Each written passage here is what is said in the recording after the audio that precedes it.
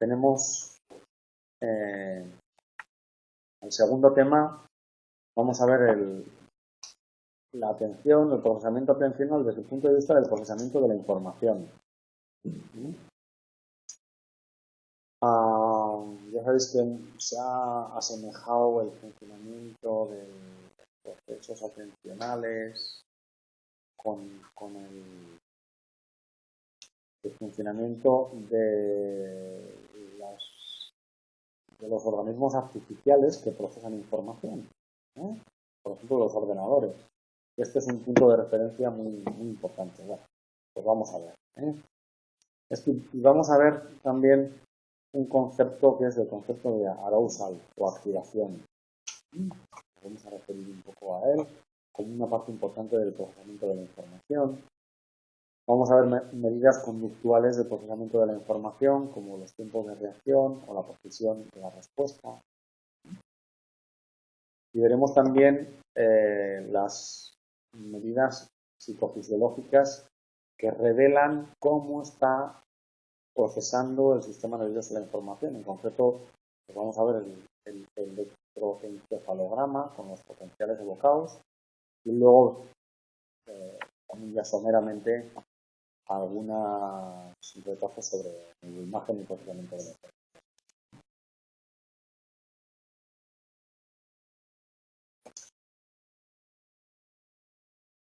Bueno, desde el punto de vista del procesamiento de la información, ¿cómo procesa la información un ordenador? Siempre, y esto lo podemos saber bien, ¿no? Porque siempre es así, y lo sabemos a ciencia cierta porque lo hemos construido nosotros, ¿no?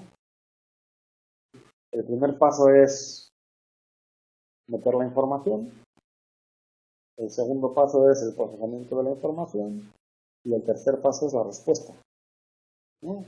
Siempre es así. En el caso del ser humano, estos procesadores o estos mediadores cognitivos no son mediadores observables. Nosotros no sabemos en qué parte del cerebro está la atención o la memoria o la percepción o la sensación o, como veremos más adelante, el sistema atencional supervisor, que son realmente recreaciones o constructos que hemos diseñado, que hemos construido, que nos ayudan a tratar de entender por qué el ser humano actúa como lo hace, o por qué prestamos atención a unas cosas y no a otras, o funcionamos en automático en unas situaciones y incontrolado en otras, etc., ¿no? Entonces, como estos mediadores no son observables, hemos desarrollado técnicas de medida que nos ayudan a establecer deducciones, hipótesis sobre cómo están trabajando estos mediadores cognitivos. Y a esto es a lo que nos vamos a acercar ahora en este tema. Bien. La teoría del procesamiento de la información, insistimos otra vez, señala que hay tres pasos entre la recepción de un estímulo y la emisión de la respuesta. El primer paso es la identificación de un estímulo. ¿Dónde está Wally? La selección de la respuesta, que es lo que tengo que hacer, representarlo mentalmente, pero luego hay que programarlo y hay que ejecutarlo, ¿no? Y aquí también pues puede haber... estos son mecanismos, por ejemplo, sensibles al error, ¿eh? Y esto ocurre serialmente. Primero identificamos el estímulo, seleccionamos la respuesta y después programamos la ejecución, ¿eh? Así que el paradigma del procesamiento de la información, ¿no? Es un paradigma donde la visión del procesamiento es una visión serial. Primero hay que hacer una cosa y después la otra, ¿eh? Luego veremos cómo desde otros puntos de vista la visión reconoce la existencia del procesamiento en paralelo. Y es el final de un procesamiento de la información, el final de uno de estos pasos, el inicio del siguiente. Y esta teoría considera el ser humano como un receptor de información y como un transmisor de información. Nosotros recibimos información del entorno y después operamos con ella y transmitimos la información. Con lo cual podemos estudiar la tasa, la eficiencia en esta transmisión de la información, como lo podría hacer pues, un operador. ¿Os acordáis de los operadores de centralita? Cuando existían centralitas humanas. ¿No? Momento, le paso. ¿No? Bueno, pues aquí podemos valorar la eficiencia en el funcionamiento de este operador, operadora de la centralita. Bueno, fijaros aquí un concepto interesante sobre lo que no solemos normalmente reflexionar, que es el concepto de información, procesamiento e información, ¿no? ¿Qué es la información? Pues la información existe primero cuando hay incertidumbre respecto a lo que puede suceder. Y la información reduce esa incertidumbre.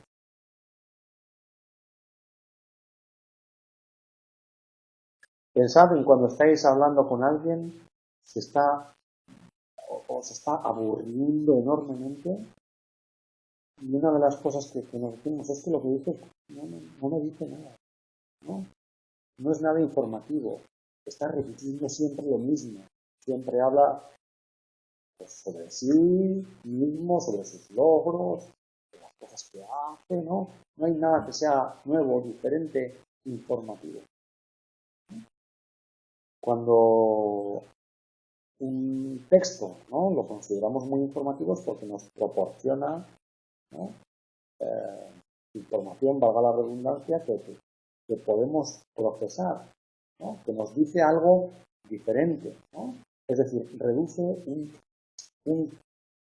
digamos, caos en los estímulos, ¿no? Y nos proporciona información, valga la redundancia otra vez, ¿no? Que pone en orden ese caos. Pero tener información, si no nos aporta algo nuevo, no es información. Claro. Por ejemplo, yo solo entendía como hablar de un estímulo que pone repetidamente el mismo estímulo, y luego ya cuando ya no hay incertidumbre de que vamos a oír, por ejemplo, un mismo sonido, como que ya no informa de nada. Claro. Claro, pero si por ejemplo está lo contrario, que el sonido es distinto, pues sí que todo el rato igual nos está dando una información de que se está repitiendo el mismo. Absolutamente. Absolutamente. Podría ser, porque tú estás barajando. Eso es, pero en el segundo escenario, tal y como lo acabas de describir, podría ser el caos absoluto, ¿no? Donde tu mente no puede adquirir ningún patrón informativo de nada, ¿no? Estarías como dibujando dos escenarios que podrían estar en dos polos opuestos, ¿no? ¿Vale? Entonces, fijaros, ¿de qué depende? Bueno, que la información se cuantifica en bits, ¿no? Que son dígitos binarios, el 1 y el 0. Fijaros, todos los programas informáticos, tú de esto quizás sabes más, ¿no, Juanma? Están basados en los códigos binarios, ¿no? De unos y ceros. Parece increíble, ¿no? Lo que se puede llegar a construir a partir de estos códigos binarios, ¿no? De cara a cruz. ¿De qué depende esta eficiencia en la transmisión de la información? Por una parte, de la información, de la cantidad de información a transmitir, ¿no? Porque cuanta más información, más tiempo de reacción necesitamos para responder a esa información, ¿no? Pero luego hay otro aspecto también que depende de la arbitrariedad de la relación entre el estímulo y la respuesta. Hay escenarios en los que la arbitrariedad es una arbitrariedad muy baja, ¿no? Por ejemplo, podríamos hacer un juego en el que, digamos, cada vez que aparezca un 1 tienes que decir 1, ¿no? Ya tienes ahí el estímulo, la percepción y la respuesta que tienes que decir. Eso sería una arbitrariedad muy baja, ¿no? Pero si podríamos cambiar las normas y decir cada vez que aparezca 1 tienes que decir Pepe, Cuando aparezca 2, tienes que decir palanca. Cuando aparezca 3, tienes que decir gesto. ¿No? No, ahí ya la relación es más arbitraria. Y entonces nos encontraríamos con esta. Y así es, en muchas ocasiones, así son las tareas con las que nos toca hacer, ¿no? Donde los tiempos de reacción, ¿no? En función, por ejemplo, de que la relación estímulo-respuesta sea más arbitraria, vamos a tener un mayor coste, ¿no? Un mayor tiempo de reacción para una menor eficiencia en la transmisión de esa información.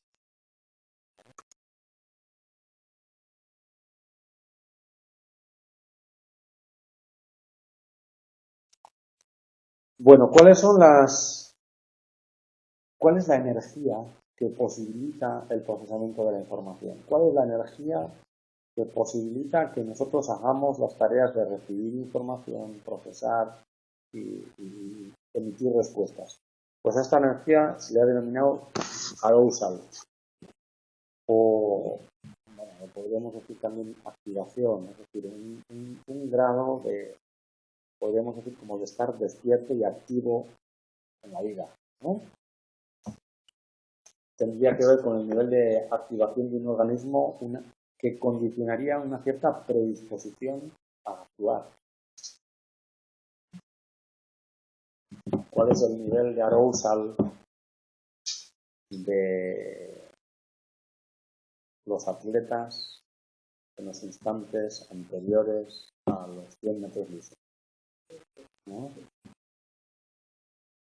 ¿Vale?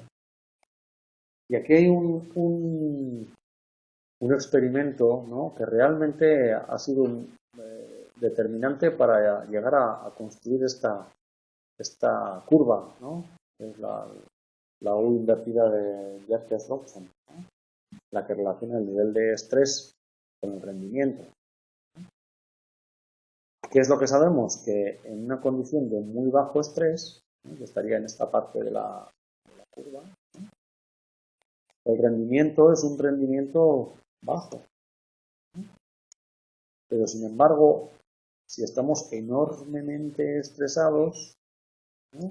También el rendimiento vuelve a ser un rendimiento bajo. Y sabemos que la mejor zona de rendimiento está con un nivel de arousal o activación intermedio, ¿no?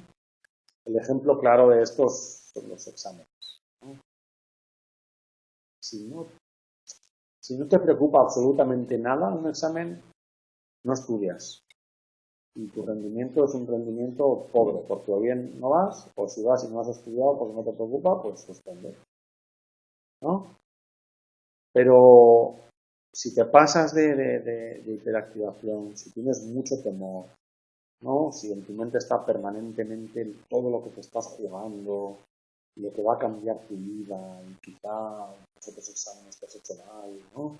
Eso nos hiperactiva demasiado y sabemos que nos hace más vulnerables a tener en la punta de la lengua pero no me vino, me quedé en blanco, ¿no?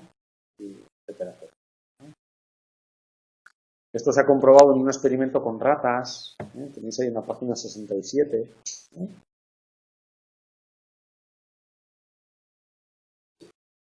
Que es interesante, me parece interesante por visualizar un poco cómo fueron los experimentos iniciales que después posibilitaron llegar a diseñar esta curva, ¿no? Fijaros cómo dicen. Entrenaron a unos ratones a discriminar entre dos pasillos, ¿no? Un pasillo más iluminado y otro pasillo más oscuro. De tal forma que el animal debía siempre acceder al pasillo más iluminado. Porque de lo contrario, cuando iba al más oscuro, recibió una descarga eléctrica. La dificultad de la tarea se manipuló alterando, claro, pues el contraste de luz entre ambos corredores, ¿no?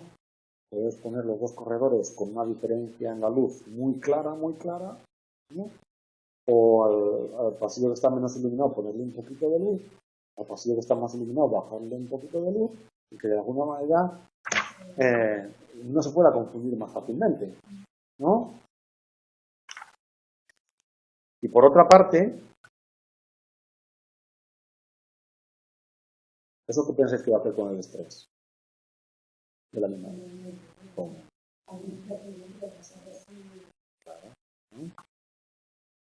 Tal y como cabría esperar, se descubrió que cuanto más fácil era la discriminación luminosa entre los compartimentos, mucho más rápido aprendía el ratón a acceder a la zona iluminada y a evitar la zona oscura. Lógicamente. Se necesitaban menos ensayos para aprender, ¿no? Y eso es lo que dice esta curva, ¿no? Donde ya veis que aquí el número de ensayos, ¿no? Es un número de ensayos más bajo que cuanto más alta está la curva, ¿no? Más número de ensayos se han necesitado, ¿vale? Además diferencian esta condición fácil, ¿no? En esta condición, cuando el animal se equivocaba y accedía a un comportamiento oscuro, la rapidez del aprendizaje fue ligeramente proporcional a la intensidad de la descarga eléctrica suministrada. Es decir, si en esta condición fácil, cuando la diferencia en la intensidad de la luz es muy clara, ¿no? Si añades, si la descarga que recibe el animal cuando se va por el pasillo oscuro es más intensa, el animal aprende más rápido. ¿Vale? Eso es. Sin embargo, cuando se dificultó la discriminación entre los pasillos, este efecto de incremento de la intensidad de la descarga no siempre ocasiona un aprendizaje más rápido.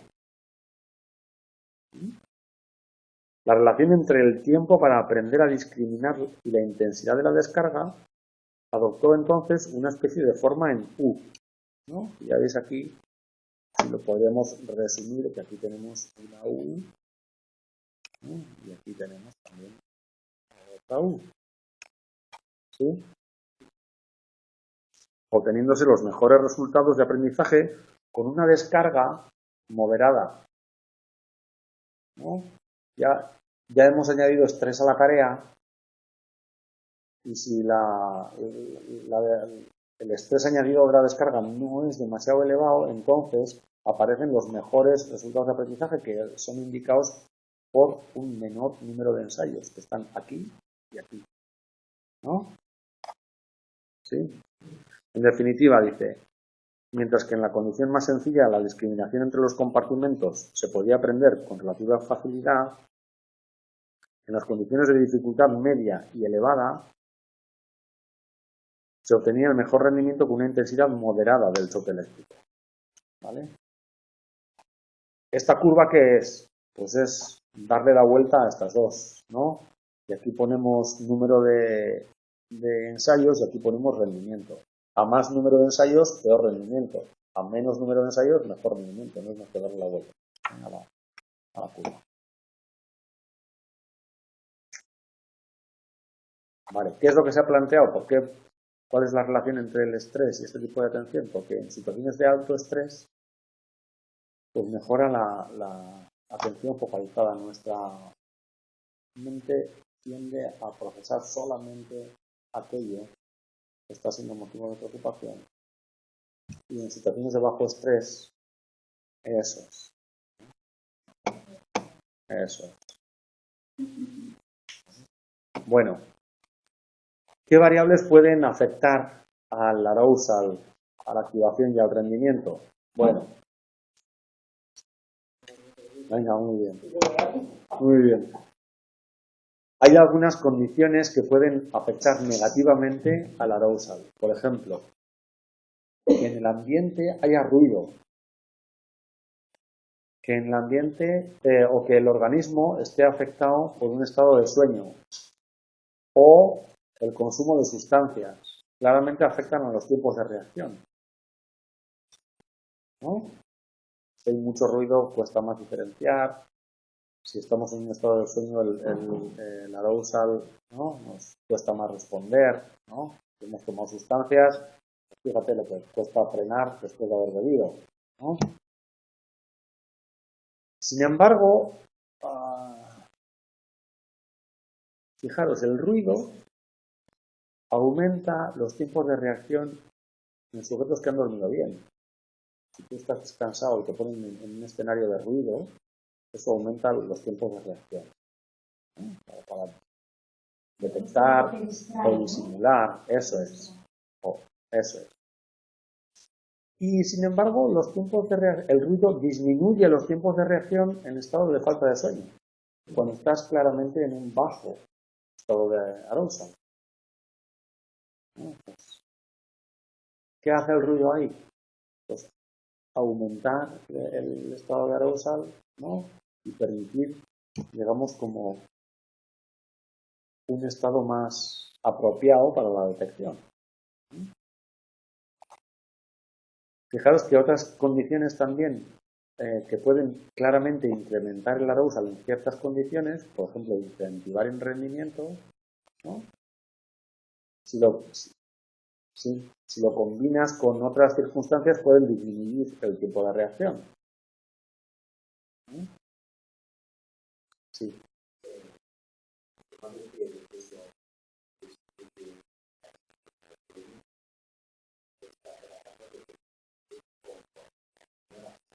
Eso es. Eso es. Eso es. Ahí, esto lo que nos viene a decir es que esta combinación es una combinación de factores dinámica.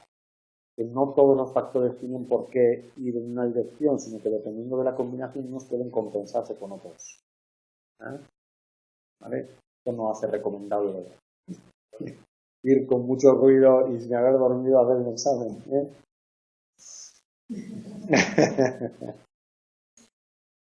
Vale. Pero fijaros, claro, cuando incentivas el rendimiento de un sujeto o de una raza y le das una bolita de comida, ¿no? Entonces eso disminuye el tiempo de reacción, pero cuando además tienes el incentivo del rendimiento en una condición de ruido, ¿no? Basal de ruido, entonces el tiempo de reacción no sigue mejorando, sino que empeora, ¿no? Luego, parece que están aquí como las variables influyéndose unas sobre las otras, ¿no? Y no siempre en la misma dirección. Bueno, de tal manera que, desde otro punto de vista, Broadbent propuso como dos tipos de arousal. Uno sería un arousal, digamos, cortical, basal, inferior, que estaría afectado por variables de estado, y otro arousal que sería más como si dijéramos estado guiado por procesos de arriba abajo, ¿no? Por intenciones, por instrucciones, por un control intencional. Que sería el arousal superior.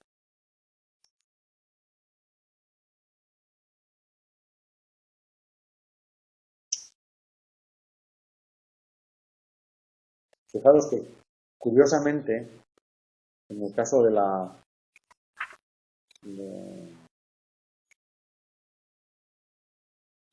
efecto de las sustancias estimulantes, ¿no? Que incrementan el estado de arousal, los estimulantes han encontrado que mejoran el rendimiento en condición de bajo arousal, es decir, sujetos que son muy impulsivos. Y hay aquí una reflexión en la página 71 tenéis, ¿no? Que es interesante respecto a una visión del trastorno por déficit de atención y su relación con el arousal y la impulsividad, ¿no? Dice, claro que la conducta distraída y la hiperactividad puede que tengan razonablemente una relación, ¿no? Porque sujetos que son altamente distraíbles es más fácil que tengan una actividad excesiva como cambios de orientación, ¿no? Porque están guiados no por un programa interno, sino por cualquier cosa, ¿no? Por el vuelo de una mosca que te distrae, ¿no? Entonces, claro, la hiperactividad estaría, por ejemplo, más guiada por cualquier elemento exógeno que está captando la atención de una manera exógena, ¿no? Por cualquier elemento exterior que está captando la atención de una manera exógena. Entonces, y esto provoca más movimiento, más actividad, ¿no? Se puede decir que si reducimos los niveles de distracción, de una persona conseguiremos disminuir la hiperactividad e impulsividad, aumentando esta capacidad para inhibir ciertas tendencias no deseadas a actuar de una determinada manera. Esto relaciona el TDAH con una situación basal de un bajo arousal. Y lo que harían los estimulantes es pasar de ese bajo arousal a un arousal intermedio. ¿Se supone que se le está estimulando? Se supone no. A mí es que me ha chocado. Sí, sí, es que el Rubifen, todas estas medicaciones son derivados de la anfetamina. Sí, sí. Yo no se me hubiera ocurrido, de hecho no lo tengo que ver.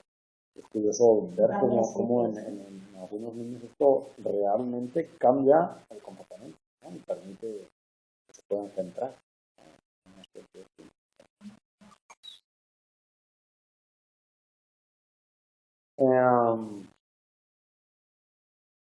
Hay otra visión del arousal que lo combina con que relaciona el arousal con los sistemas energéticos, ¿no? Con el procesamiento de la información, o sea, que relaciona el procesamiento de la información con los sistemas energéticos. Aquí tenéis una visión del procesamiento que, por una parte, combina la visión del procesamiento de la información serial, ¿no? Que sería esta, ¿no? Es decir, primero hay un preprocesamiento del estímulo, es grande, es pequeño, es, ¿no?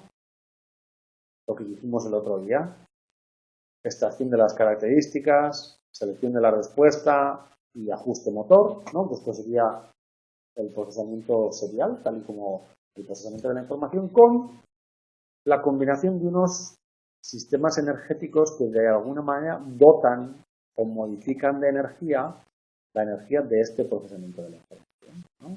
Entonces aquí tendríamos el arousal, el esfuerzo y la activación. Todo esto estaría regulado en principio por la evaluación.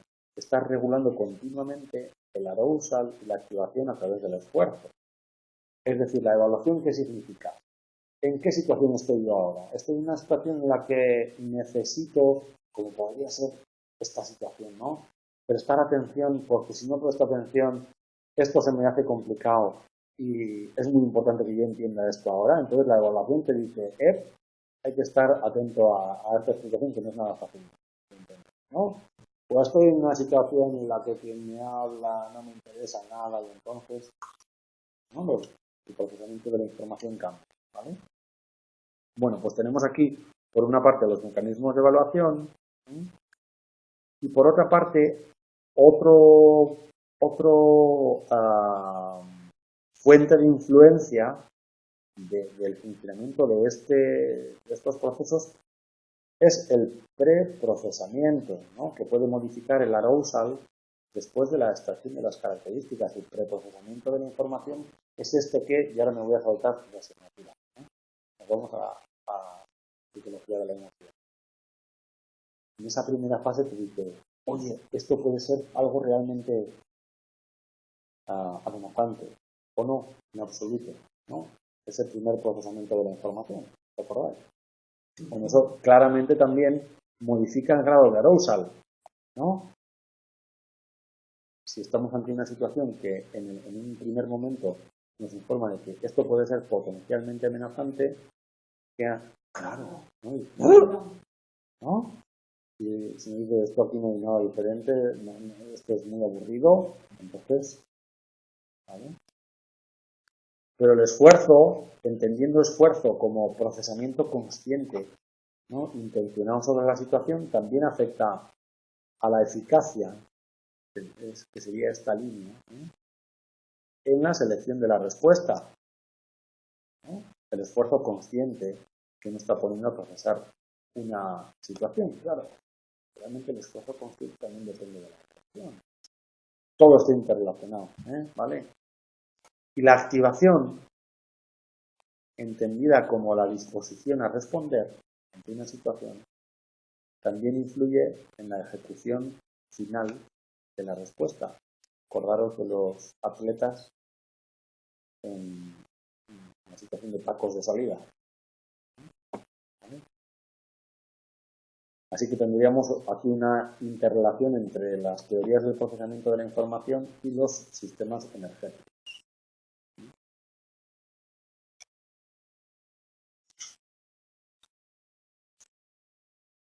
Bueno, respecto a los tiempos de reacción, ¿qué medidas conductuales podemos dar del procesamiento de la información? Pues por una parte los tiempos de reacción y por otra parte la precisión de la respuesta.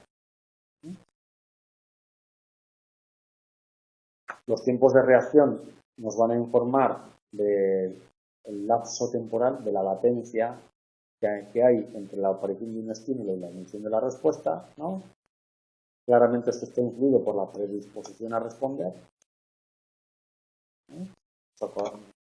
Y aquí se ha experimentado, por ejemplo, con señales de anticipación de que va a aparecer el estímulo con un intervalo variable. Esto es realmente lo que ocurre con el pistoletazo de salida en las carreras de 100 metros, ¿no? O con la señal de la Fórmula 1, semáforo rojo, semáforo naranja y semáforo verde, ¿no? ¿Vale? Entonces, cuando los intervalos son variables, ¿no? Se ha visto que facilita la salida nula. Los intervalos breves disminuyen los tiempos de reacción, pero también disminuyen la precisión de la respuesta, ¿no? Porque generan tanta predisposición a responder y no puede responder por anticipado. Vale. Y estos tiempos de reacción también varían en función del número de ensayos, según una curva que está sesgada hacia la derecha. La tenéis ahí un poquito antes de esta curva a la que nos vamos a referir. ¿Qué pasa con la precisión de la respuesta? Pues que la precisión de la respuesta también se calcula en el sentido del porcentaje de las respuestas que son correctas o errores, ¿no? Podríamos poner aquí, imaginaros, una tarea que es, yo os voy a poner una serie de dígitos, algunos pueden ser letras, otros pueden ser números. Si aparecen letras, tienes que presionar una tecla, si aparecen números, no tienes que hacer nada, ¿no? Y ahí podríamos valorar también la precisión de la respuesta. Todas las veces que apareciendo una letra no has presionado, eso sería un error, ¿no? Por omisión. Y todas las veces que apareciendo un número has presionado, eso sería un error por comisión, ¿no? Porque no tenías que haber hecho algo que has hecho, ¿vale?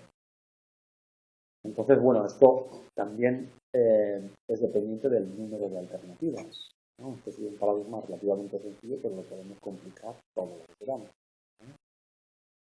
Y ahí ya veis que un equilibrio aquí entre la velocidad del procesamiento y la precisión, ¿no? El equilibrio es que hay una correlación inversa entre ambas. Normalmente, cuanto más rápido damos la respuesta, más fácil es, ¿no?, que aparezca el error, según esta curva, ¿no? Los porcentajes de aciertos, cuanto más porcentaje de aciertos hay, esto tiene un coste en los tiempos de reacción, ¿no? ¿Sí?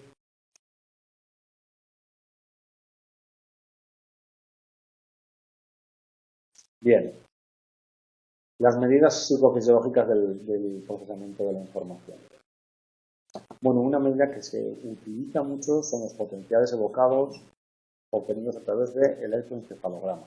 ¿Qué es lo que se hace aquí? Pues comparar una actividad promedio en estos electrodos, ¿no? Ver cómo es la transmisión eléctrica en estos electrodos en diversas localizaciones craneales a partir de la presentación de un estímulo concreto y comparar la actividad eléctrica en estos electrodos en comparación con cuando no hay ningún estímulo. Fijaros, aquí está la nariz y aquí estarían los ojos. Para comprender esto, vamos a ver que los electrodos que tenéis en esta parte delantera son los electrodos frontales. Los que están en la siguiente línea son los frontocentrales, un poquito más atrás. Estos serían los electrodos centrales, estos serían los electrodos parietales, y estos serían los electrodos occipitales, según un poco la neuroanatomía del cráneo. Para aprender a interpretar estas gráficas, hay que ver que las señales que pueden dar estos electrodos es de un potencial positivo, con una señal positiva o con una señal negativa. En cuanto a la señal eléctrica. Y la descripción de la terminología tiene que ver con, por ejemplo, los primeros potenciales que aparecen. Imaginaos que tenemos a este sujeto que está observando aquí una pantalla, ¿no? Comparamos cómo es la actividad eléctrica de su cerebro cuando está en reposo, cuando no hay ninguna señal, a cuando aparece, ¡pum!, un punto en la pantalla. ¿Vale?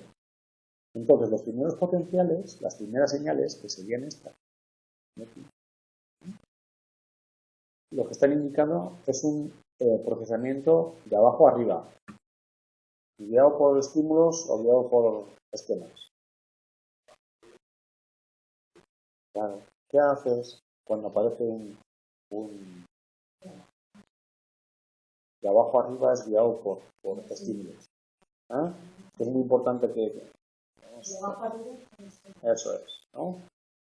Este potencial NP80 significa que hay señales negativas y positivas que aparecen en los 80 milisegundos. ¿No? ¿Qué es lo que hacemos en ese primer momento? Pues detectar la posición en el espacio. ¿No? Y estos potenciales aparecen en la corteza visual estriada. ¿No? Son estos electrodos los que marcan esa señal. ¿Vale? El potencial P1, que sería este, veis que es un poco posterior al MP80, que hay aquí, indica lateralidad. ¿Por qué observamos esto? Porque normalmente aparece en el hemisferio contralateral. Es decir, se activan más estos electrodos, ¿no?, cuando el estímulo está por aquí, y se activan más estos electrodos cuando el estímulo está por aquí, ¿no? Es decir, se activan los hemisferios contralaterales al campo en el que nosotros hemos presentado el estímulo. ¿Sí?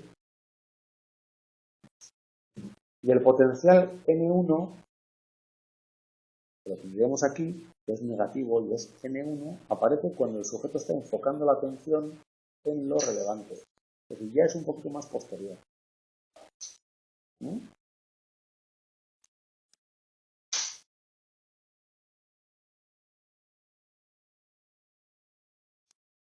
Vale. Posteriormente aparece el P3, donde parece que lo que está haciendo aquí el sujeto es, este potencial aparece cuando el sujeto está evaluando cognitivamente el estímulo. Aparece en electrodos centrales. Y es sensible a la actividad cognitiva que está relacionada con la respuesta que tiene que dar el sujeto ante el estímulo. Por ejemplo, los estímulos que están dentro del foco atencional solo desencadenan esta respuesta P3 si son un target. Si le hemos dado la instrucción al sujeto, dentro de todo de esta pantalla, aprieta cuando veas a Wall-E. ¿No?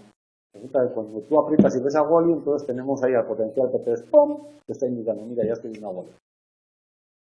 ¿No? Es el potencial del ajá. ¿No? ¿Cómo se llega a este tipo de... ¿Qué paradigmas se usan para llegar a estos conocimientos? Pues el paradigma del oddball, de la rareza, ¿no? La instrucción es, en una presentación de estímulos que son generalmente iguales, debe detectarse el diferente, ¿no? El logboard. Mira, vas a ver ahora una serie de letras. Cuando aparezca un número, aprieta, ¿vale? Bueno, pues P3 aparece asociado a la detección del logboard.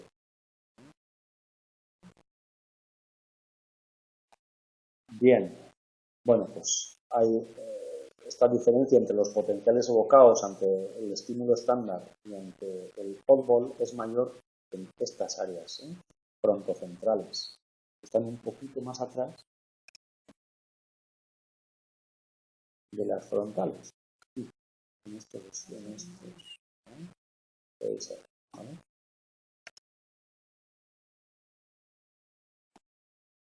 Y esto parece que es el resultado de un proceso preatencional que está registrando la diferencia entre el nuevo input, ¿no?, y la representación de la memoria de los estímulos estándar, ¿no?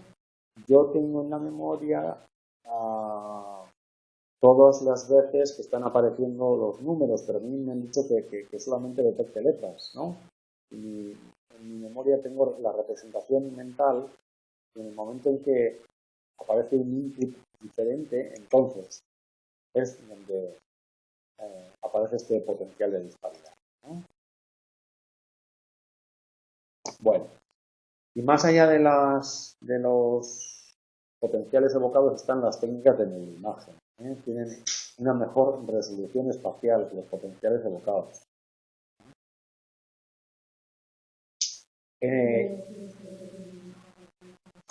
Pues que podemos detectar con más detalle cuáles son las áreas del cerebro que están activándose. La resolución espacial. Así como los potenciales evocados, estamos midiendo la actividad del cerebro solamente a través de tomar medidas en el cráneo. Estos nos dan imágenes tridimensionales del cerebro. Por ejemplo, la tomografía por emisión de positrones, que en inglés es la PET, ¿no?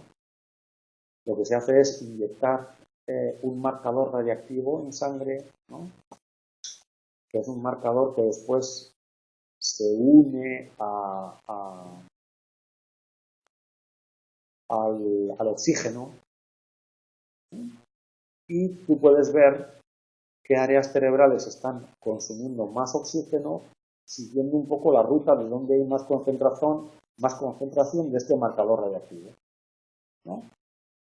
Entonces, le pones al sujeto a hacer una tarea y observas en qué partes del cerebro hay más marcador. Y a partir de aquí, se supone que este mayor consumo de oxígeno que se está asociando a la tarea, es decir, que el cerebro está empleando, hay algunas áreas del cerebro que se están activando más y gastando más oxígeno porque están trabajando para resolver esa tarea, ¿no? Sin embargo, en comparación con otras, como por ejemplo la resonancia magnética, tiene menos resolución espacial.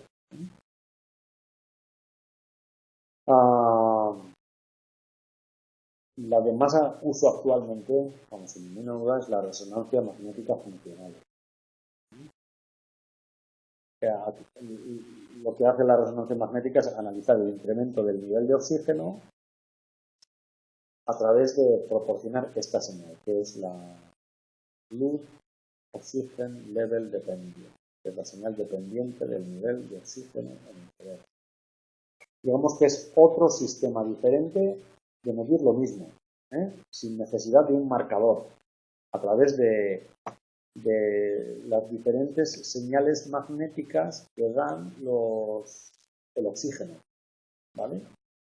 Entonces nos vuelve a permitir lo mismo, hacer una estimación de qué circuitos o qué regiones cerebrales están consumiendo más oxígeno, ¿eh? Y a partir de aquí que podamos empezar a establecer hipótesis que relacionan la tarea con los núcleos cerebrales que se están activando al hacer esa tarea, ¿vale? Y es una técnica mucho menos invasiva, ya veis que no requiere de meter ningún reactivo, ¿no?, y de mucho mayor resolución espacial y más cara. Otra técnica es la magnetoencefalografía, que detectan campos magnéticos fijados, generados por las dendritas, ¿no? Que son las ramificaciones de las neuronas, ¿vale? Pero esto tiene menor resolución espacial. Y otra técnica de neuroimagen es la estimulación magnética transcraneal. Aquí os he puesto un vídeo que es muy curioso, donde sale, este creo que es un vídeo, yo no me acuerdo si puse, de un programa de redes o de un programa del hormiguero. Aquí sale Álvaro Pascual Leoné, que es un neurocientífico. Esto es una bobina para hacer la técnica de la estimulación magnética transcraneal. Entonces, lo que hace esto es emitir una señal electromagnética a través de esta bobina, pues dependiendo de la región del cerebro en la que se coloque la bobina por afuera, pues si la colocas en alguna región, por ejemplo en la corteza motora primaria, ¿no? Pues provocas movimientos de la mano. Es lo que, sin tener intención de hacer ningún movimiento. Entonces, esto es lo que si lo queréis ver, está puesto aquí, os lo que he puesto en este vídeo en el... Porque eso si se pudiera aplicar a las personas parapléjicas, por ejemplo, eso sería todo claro, si hubiera algo, porque te estás haciendo que se mueva algo no voluntariamente, no es el cerebro quien manda la orden, ¿no? Entonces... Bueno, depende. Depende, imagínate, el cerebro puede funcionar perfectamente, pero si hay un nervio, ¿no?, que está seccionado, y realmente es un nervio que la información que salga del cerebro no se puede transmitir, ¿no? Esto, por ejemplo, se está planteando por sus potenciales para actuar como potenciador del aprendizaje, ¿no? Para consolidar el aprendizaje, imagínate que podría llegar a un escenario y que tú te quedas la panzada estudiando y después de estudiar ya que es tu sesión de estimulación magnética transcraneal, ¿no?, para consolidar el aprendizaje a través de potenciar las conexiones entre las neuronas, ¿no? Creo que es algo que incluso lo señala él, ¿no?, como uno de los potenciales para el aprendizaje, ¿no? Bueno, entonces hay señales de baja frecuencia que podrían producir interferencias negativas o otras señales de alta frecuencia que podrían producir potenciación, ¿no? Y bueno, pues esto realmente da lugar aún son técnicas que no se están empleando. Sí, por ejemplo, hay algunos empleos para la depresión, ¿no? Cuando no ha funcionado la psicoterapia, cuando no han funcionado los psicofármacos, cuando no ha funcionado el TEC, ¿no?, que es la terapia electroconvulsiva, pues ya se están empleando esto como que, bueno, pues vamos a ver. Y esta sería la última de las técnicas de neuroimagen que pueden interferir o quitar el procesamiento de la información, o darnos información, ¿no?, sobre el procesamiento. Y con esto acabamos el tema.